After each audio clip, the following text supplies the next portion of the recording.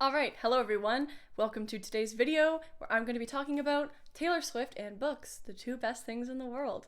I am wearing my very old Taylor Swift shirt today because, like most Swifties, I'm assuming I still haven't received my cardigan in the mail. I'm not sure she's ever going to show up. However, I did have this bad boy laying around, and I swear it smelled like an antique when I brought it out. I have not worn this shirt in like 10 years, and it literally smells like an old book. It's very fitting for today's video. Grab yourself a glass of wine and enjoy.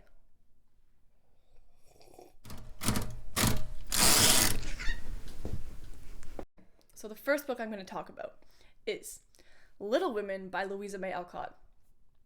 I will mention this video in every...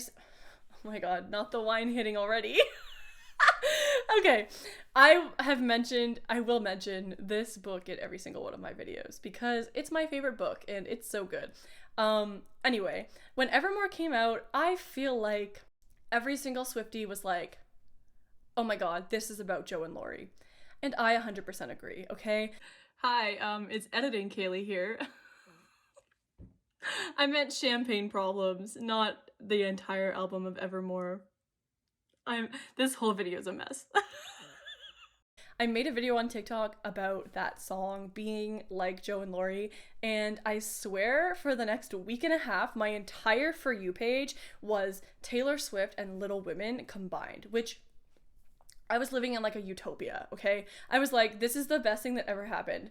The TikTok algorithm is terrifying, but sometimes it is so satisfying.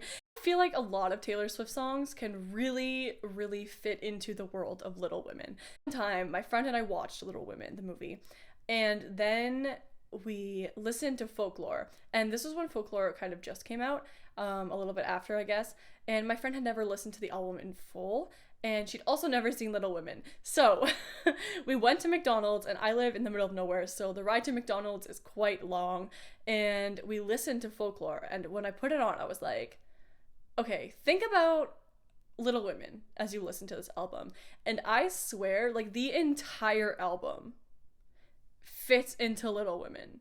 It is like she wrote the entire album about the world of Little Women.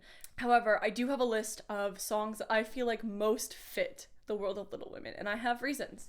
Boy, do I have reasons.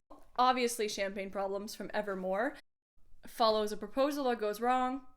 What else do I have to say? Second one, The One off of Folklore, Invisible String off of Folklore, Peace off of Folklore, Cardigan off of Folklore, and Seven off of Folklore. I feel like if I went into intense detail about every single one of these songs and why they fit into the world of Little Women, I feel like I would be here for ages. And I don't want that, and you don't want that. So I'm going to be very brief with this, okay? The One, Joe, Laurie. Invisible String, Amy, Laurie. Peace, Joe and Laurie. Cardigan, Amy and Laurie. And Seven, just the whole thing in general, okay? Especially because Seven kind of follows like the whole like nostalgic childhood kind of thing. Like, I knew you as a child and I could recognize you anywhere kind of thing. But if you haven't yet done this, I suggest that you listen to Folklore from beginning to finish and only think about Little Women. Which is like what goes on in my head all the time. You will be shocked. Every song you listen to and every word, it'll be like you're listening to it for the first time. And I mean, who doesn't want that? Who doesn't want to be able to listen to Folklore for the first time again? I do. Not gonna lie. Second, I am going to talk about Romeo and Juliet and Love Story. This one comes as no surprise to anybody because Love Story is quite literally about Romeo and Juliet. However, she gives Juliet and Romeo a happy ending, so it's a little bit different. It is super fun to analyze the differences between the play Romeo and Juliet and Taylor Swift's song, Love Story. I also recommend giving this one a listen because Miss Swift just released it as her version. We love that. I love that for her. I'm super proud of her. Super exciting, super nostalgic. I personally was living to be 13 again and fall in love with a boy I would forget existed. On to the next one. Peter Pan and Never Grow Up. Should I say more? If you haven't read Peter Pan or seen the movie, if you know nothing about Peter Pan, I don't know how you've made it this far. Pretty much follows the story about this character, Peter Pan, who doesn't want people to grow up and tries to hold on to childhood and never grows up and tries to like force that onto other people. I mean, part of it you're kind of like, okay, yeah, right. And then also part of it you're like, okay, this is getting ridiculous. You can't be a child forever. But Never Grow Up, the song by Taylor Swift, I'm not sure if she wrote it about her brother or if she wrote it about like just in general. However, the theme fits the exact same as the Peter Pan theme. So there's that. Next, I'm going to talk about Alice's Adventures in Wonderland and pretty much the entire album, 1989.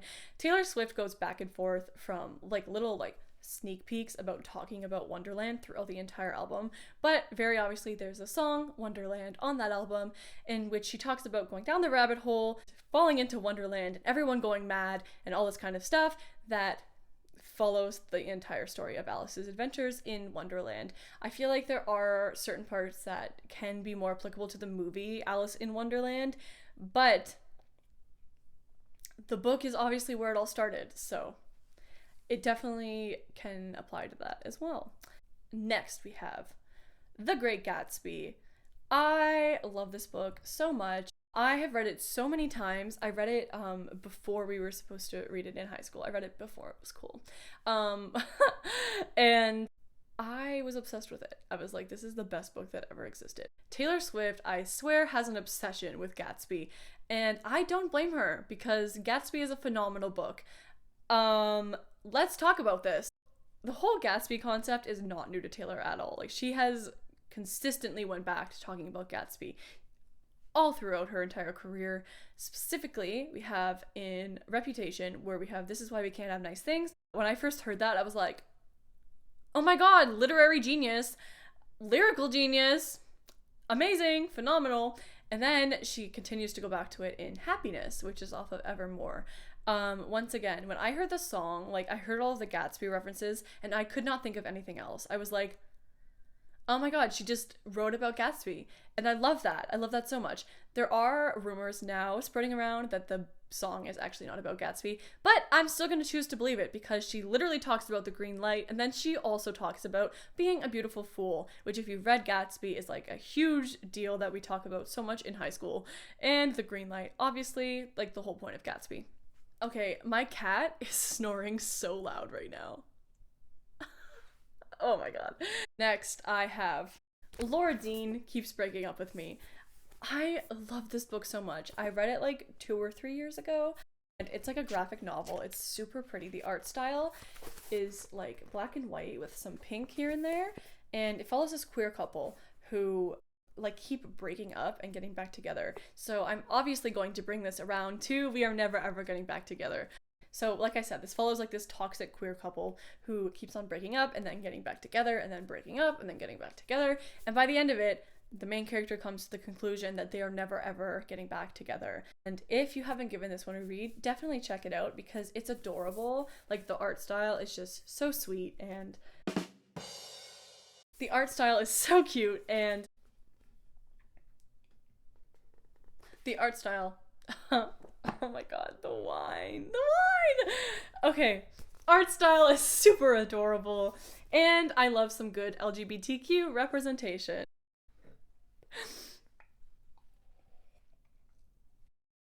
Next, we have Why We Broke Up.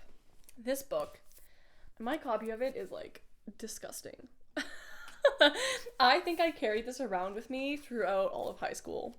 I'm going to connect this book to All Too Well, which is like my favorite Taylor Swift song. So the book is like about this box, this couple breaks up, right? And then this box is like brought forth, and she goes through the box and is like reminded of all of these things about their relationship, and it's so sad and so sweet. And if you have ever been in a relationship and then that relationship ended, this book will make you sad and cry just like All Too Well does. So win-win, am I right? Okay, next I'm going to be talking about something that I feel like a lot of Swifties have talked about, and that is the connection between Evermore and Emily Dickinson. I love like the poetry of Emily Dickinson, and I also loved the whole like connection to nature and like cottagecore vibes that Taylor Swift brought forth with Folklore and Evermore.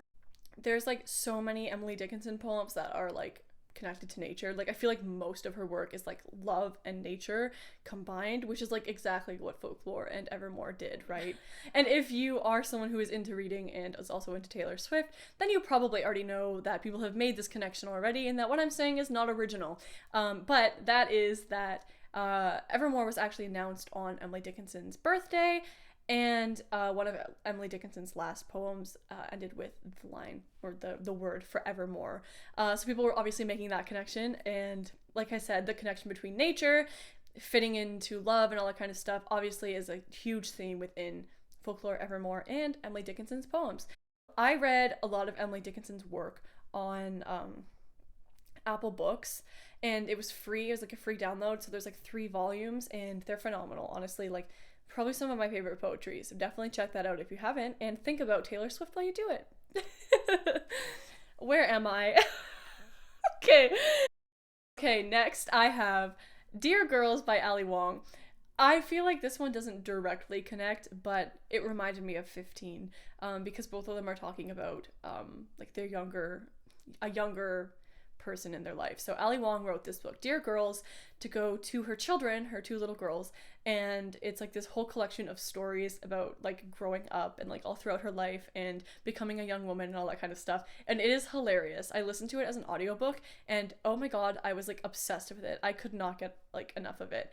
I listened to it around Christmas time, so I had like tons of art that I was sending out and just so much work to do. So I listened to that book in like one day, I think. Like it was so good. I was like so exhausted, and I was sitting in the bath, and I still had this book on because I was like, I need to know more. I need to know more. Ali Wong is hilarious. Her writing is phenomenal. She's a comedian, so listening to it as an audiobook is definitely a really great experience, because I feel like no one can voice Ali Wong like Ali Wong, okay? So you definitely get the full experience listening to the audiobook. 15, talking to a younger self, person, generation, that kind of stuff, telling them this is how things are, you're gonna wish things weren't, but they are, and you can't change it. So that's that. And I think this is the last book. I feel like I had a huge list, and I feel like I could probably go on forever about this. Forevermore. Okay. The last one that I have is Anne of Green Gables. I'm gonna bring this book up in every single one of my videos because it's one of my favorite books as well. I feel like there's so many different routes you could take with connecting Anne of Green Gables to Taylor Swift songs, especially because Anne of Green Gables focuses a lot on like the imagination, and as you know, Taylor Swift wrote Folklore and Evermore out of like a completely imaginary world. Okay, my camera just died on me, so that was great. Anyway, very imaginative character. Love that. Taylor Swift imagined all of the world of Folklore and Evermore. However, I feel like Betty can particularly be used to compare Gilbert and Anne's relationship, especially through childhood. Like, obviously when they first meet and he pulls on her hair and calls her carrots, and then she smashes the slate over top of his head. I feel like that's very Betty. I feel like that reminds me a lot of Betty, especially like the whole like how he talks about, or the character talks about, like how he, you know, didn't mean to be mean and awful and all this kind of stuff, and that he was like, you know, he wishes he could take it back and change things. Definitely very Gilbert and Anne. I love it. I listened to Betty with that perspective in mind, and I was like, I've always wanted more Gilbert and Anne. Who hasn't? Especially if you've read the first book. Obviously, it doesn't really go into what becomes of Gilbert and Anne, but if you're a true Anne of Green Gables fan, you know what happens. I'm not going to spoil anything for you, though, because, you know, it hasn't been like 100 years or anything. So I think that brings me to the end of the video. Hopefully you enjoyed it. Hopefully you are able to listen to some Taylor Swift songs with a new perspective, and also read some new books with a perspective that might be a little bit different than the author's intent. Thank you for watching. Finish your glass of wine, listen to some T Swift. Have a good night.